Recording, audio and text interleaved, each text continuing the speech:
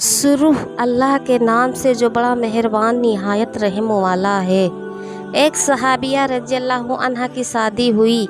अल्लाह ताला ने उनको हुस्न व जमाल भी अजीब दिया था और शादी भी एक बड़े अमीर कबीर सहाबिया से हुई थी जिनके पास रिज़्क़ की फराकी थी। हर तरह का ऐशो आराम के सामान थे। मियाँ बीबी में खूब मोहब्बत थी और अच्छी तरह वक्त गुजर रहा था। बीबी अपने खाविन की खिदमत भी करती थी और उन्हें खुश भी रखती। दोनों मियाँ बीबी खुशी खुशी से ज़िंदगी गुजार रहे थे। एक रात खाविन को प्यास महसूस हुई तो उसने बीबी से कहा कि मुझे पानी दो।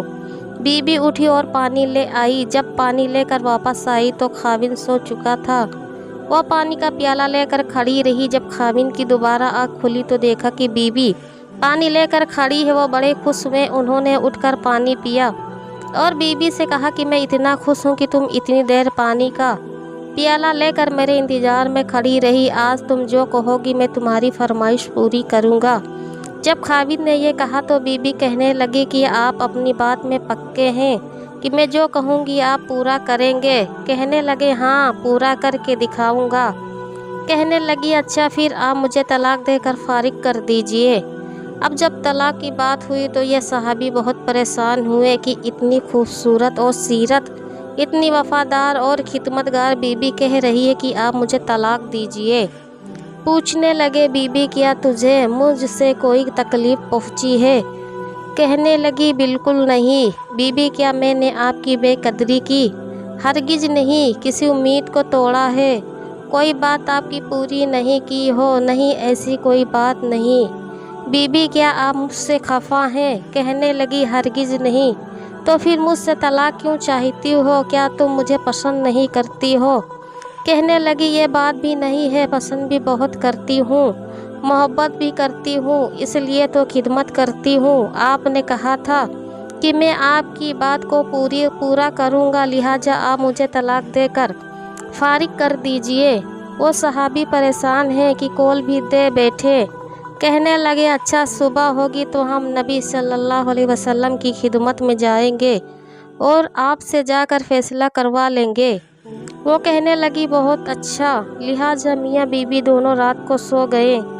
सुबह हुई तो बीबी कहने लगी चलो जल्दी चलते हैं। लिहाजा दोनों मियाँ बीबी घर से बाहर निकले ही थे कि खाविन का किसी से चीज़ में पैर अटका और वो नीचे गिर पड़े और उनके जिस्म से खून बहने लगा।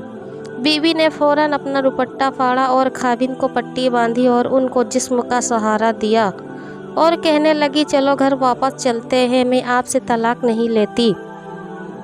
वो हैरान हुए कि जब तुमने तलाक का मुतालबा किया तो ना मुझे उस वक्त समझ में आया और अब कहती हो कि तलाक नहीं चाहिए तो अब मुझे समझ में ना आ सका।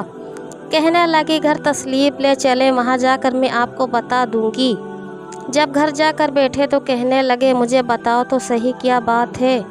कहने लगी आपने कुछ दिन पहले नबी सल्लल्लाहु अलैहि वसल्लम की हदीस सुनाई थी कि जिस बंदे से अल्लाह रब्बुल इज़्ज़त मोहब्बत करते हैं उस बंदे के ऊपर इस तरह परेशानियां आती है जिस तरह पानी ऊंचाई से ढलान की तरफ जाया करता है।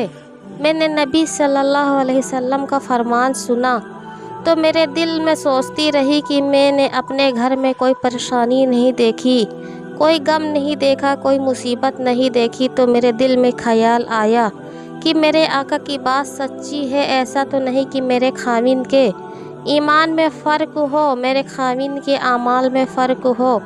मेरे खाविन से अगर परवरदिगार को मोहब्बत नहीं तो मैं उस बंदे की क्या खिदमत करूँगी। इसलिए जब आपने कहा कि मैं तुम्हारी बात पूरी करूँगा तो मैंने कहा कि मैं इस बंदे से तलाक चाहती हूँ जिससे मेरे परवरदिगार मोहब्बत नहीं करते। फिर जब हम हुजूर सल्लल्लाहु अलैहि वसल्लम की खिदमत में इल्म हासिल करने जा रहे थे तो ये अल्लाह का रास्ता था। आप गिरे और खून निकला तो मैं फ़ौरन समझ गई कि अल्लाह के रास्ते का गम पहुँचा, मुसीबत पहुँची, तकलीफ़ पहुँची।